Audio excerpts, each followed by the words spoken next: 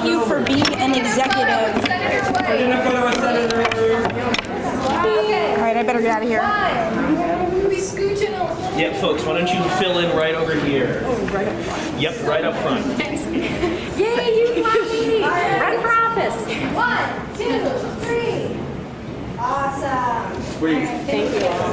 Hey, thank you guys. Thank you all. Yep. I'm going to tape up and then Wanted to send me that? All right, who wants a sign?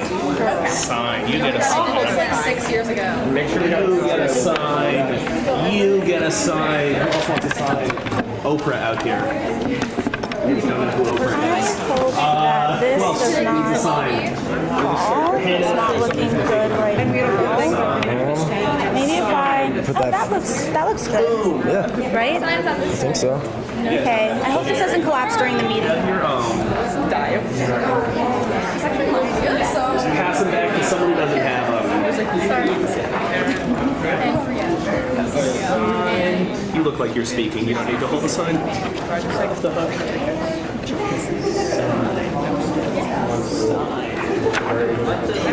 1, 2, 3. Here's 3. Pass them out. Thank you. There you go. There we go.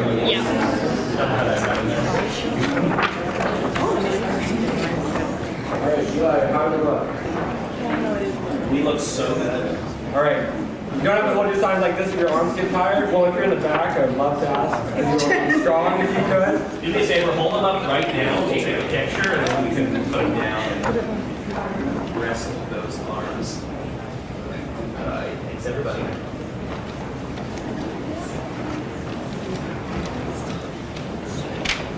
All right, speakers, are we good on our order? Do we need to go by it one more time, or are we just feeling okay? All right. Whenever you're ready out there. Hi, I'm Everett Walk, senior at Montpelier High School. Thank you all for showing up today. 6 years ago, our state passed the Global Warming Solutions Act to hold our government accountable in reducing greenhouse gas emissions in line with the Intergovernmental Panel on Climate Change.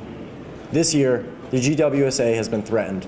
The governor's climate proposal, introduced as House Bill H289, would gut the GWSA and remove the ability for Vermonters to hold the state accountable to take needed action on climate change. Instead, the governor wants to spend resources and time making a new climate management plan when we already have the Climate Action Plan with hundreds of recommendations to increase Vermont's resilience, adaptation, and mitigation strategies. We will no longer be able to hold our state accountable, and we will have to wait idly by for 1.5 years for yet another plan. How can we trust that? We will not wait through a whole term for a new plan. This is our future, and I'm deeply saddened that the hard work of the youth lobby has been threatened by this proposed legislation. This won't go away just by ignoring it, and if we wait any longer, it will be too late. We won't wait. Thank you for showing up.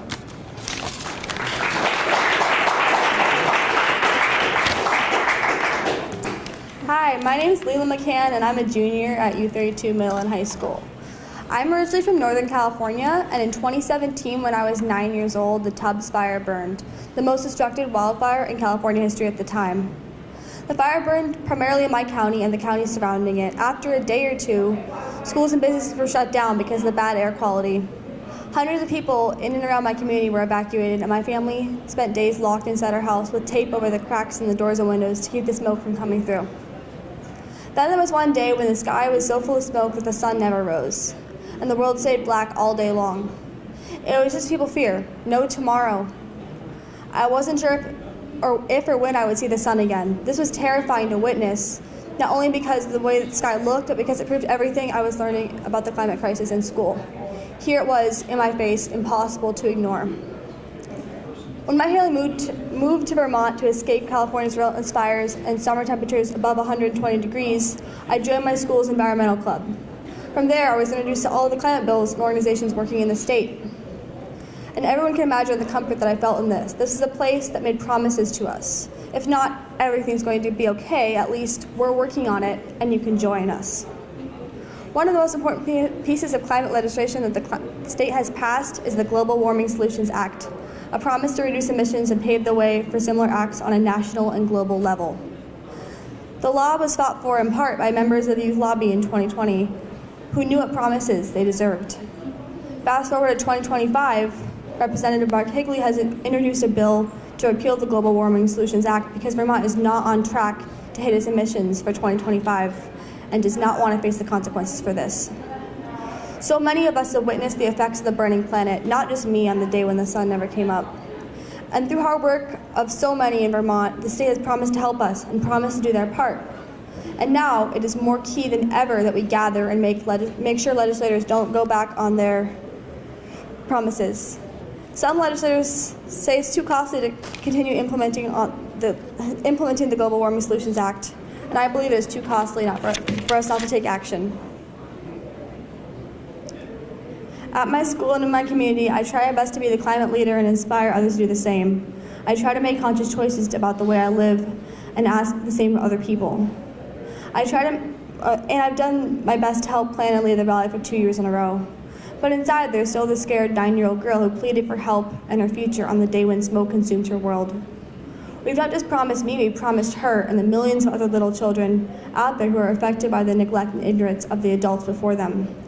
They need the adults to make promises like the Global Warming Solutions Act and fight to keep those promises, not to say it's too costly or it's nearly impossible.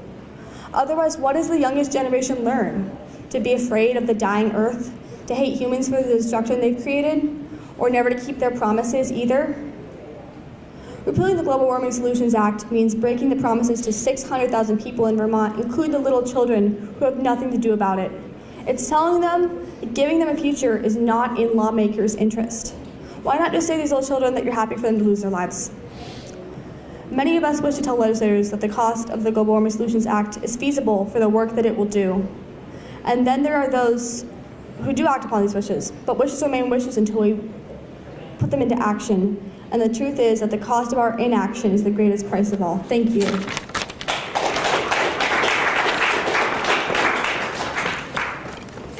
Good afternoon, everyone. My name is Harmony Beldivo. I'm a member of Youth Lobby and the State Youth Council, and I'm in 10th grade at Harwood Union High School. The terms clean energy, climate crisis, and climate science are being removed from federal government documents. This demonstrates deliberate ignorance from the federal government. We cannot allow Vermont to be a state that ignores the environment and climate. We cannot comply with these trends in the current federal government. We need to remain a brave little state that knows and acts upon what is best for Vermonters' futures. If the Global Warming Solutions Act is repealed, Vermont will not be demonstrating accountability because this act keeps Vermont in line with the Paris Climate Accord. If we don't follow through on our promises, which we haven't yet, the state can be sued and has begun to be. Instead of dismissing the issue by repealing the act, Vermont should continue being a climate leader for our country by meeting these goals. The goals outlined in the act are to limit the average global temperature increase to below 2 degrees Celsius and pursue efforts to limit it to 1.5 degrees, to enhance resilience to climate impacts, and to align financial flows in the world with these objectives. Vermont needs to keep the Global Warming Solutions Act in place in order to protect Vermonters' futures and to remain an environmental leader in the country. The actions being taken federally are ignoring science. And if this act is repealed, Vermont would be following the footsteps of the current administration, which would put Vermonters and the land in great danger. Overall, in order to demonstrate respect for science, accountability, acknowledgement of climate change, care for Vermont youth, and the state's commitment to protecting Vermont's people and environment, please vote against repealing the Global Warming Solutions Act. Thank you.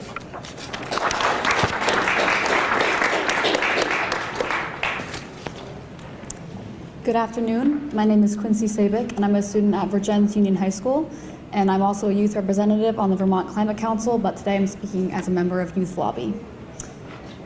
The environment around me is something I was taught to protect from a young age. My mother worked in clean energy from my childhood, and my father has dedicated his life to preserving the history and natural resources of our state. Their commitment to building a sustainable, clean future for Vermont is something that I've always admired and hoped to someday live up to. I've been involved in advocacy for as long as I can remember, and I've always been inspired by the climate-forward approach taken by Vermont leaders. At the same time, I've seen firsthand the impacts of high taxes on my neighbors. I believe that these two issues must be addressed together. The Global Warming Solutions Act aims to address Vermont's carbon emissions in a way that prioritizes long-term solutions that are sustainable for our planet and take into account the difficulties of low-income Vermonters. It saddens and angers me to see Senate and House Republicans moving to change our existing policies in favor of quick fixes and vague future plans that will ultimately leave our state in debt in more ways than one. If action is taken to remove the existing climate legislation, the impact may not be felt today, tomorrow, or next year. Ultimately, it is not our current legislators and leaders who will feel the impact. It is their grandchildren. As an inheritor of this beautiful state, I cannot stand by and allow choices to be made that will further worsen the already catastrophic damage we have caused to our planet. It is necessary that we take into account the future of our state and not just our current pocketbooks. The climate crisis is not something that we can put a Band-Aid on or shove aside to prioritize other issues. It must be at the forefront of our decision-making now and going forward. To my state government, I ask you to look around today and understand that there are people who will be left with the consequences of your actions. And to my fellow youth, I ask you to educate yourself on the topic as much as possible. We are fighting an uphill battle, but not one that cannot be won. It is up to us to make choices that will rectify the damage done by our predecessors. I hope that today's display of unity and action can demonstrate to those in power that the youth of Vermont demand a say in climate action. We will not settle for plans that put off real action, and we are not fooled by your empty promises for change. Thank you.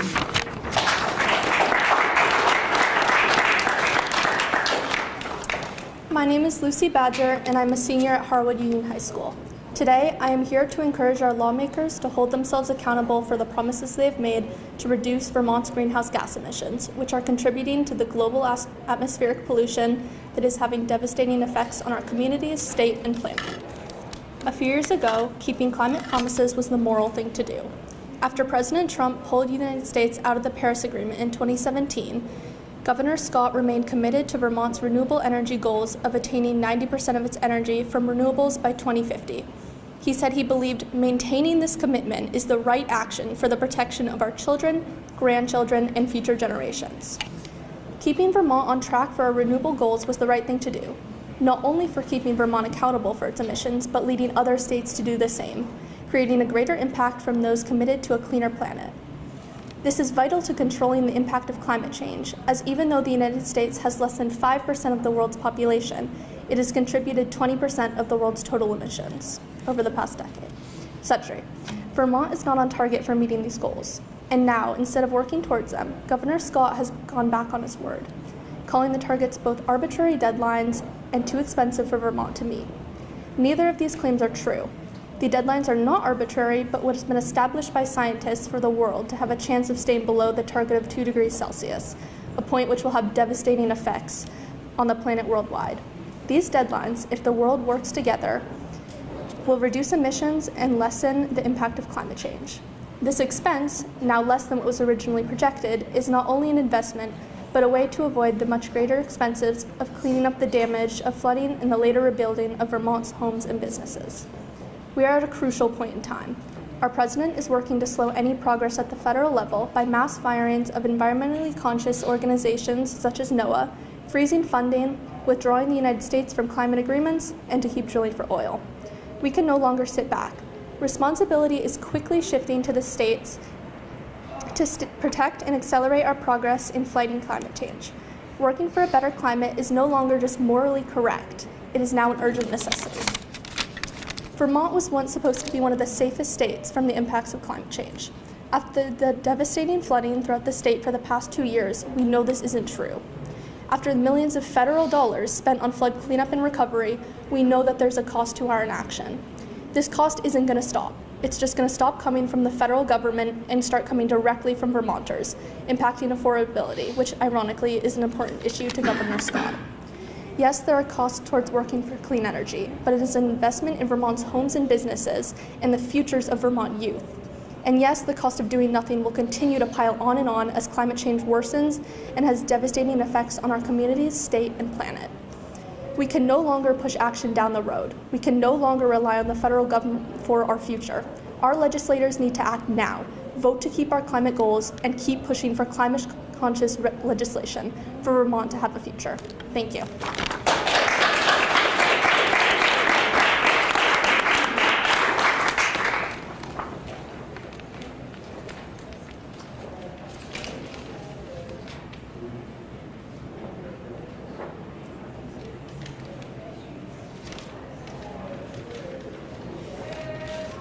Okay, folks, so thank you for all of your awesome words. Anybody who's staying to give testimony, you can join me in the cafeteria. We'll find a little nook. And if anybody wants to stay to look at, to basically, observe things that are going on in the House floor, there's a couple bills. You can chat to Evelyn about what else is going on in the state. So who thinks that they might want to stay for a bit? Anybody?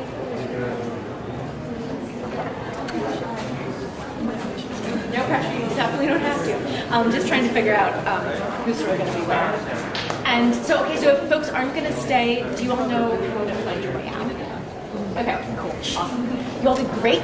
Nice work today. Yeah. Thank you. Okay, yeah. How's your work? Thanks so much. Yeah, absolutely. Yeah, you all are awesome. I think signs go back to Josh or Jordan. Nice work, everyone. Yes. Okay, cool. Nice work. Yeah, nice job. Yeah. I think we're going to talk slower. I'm not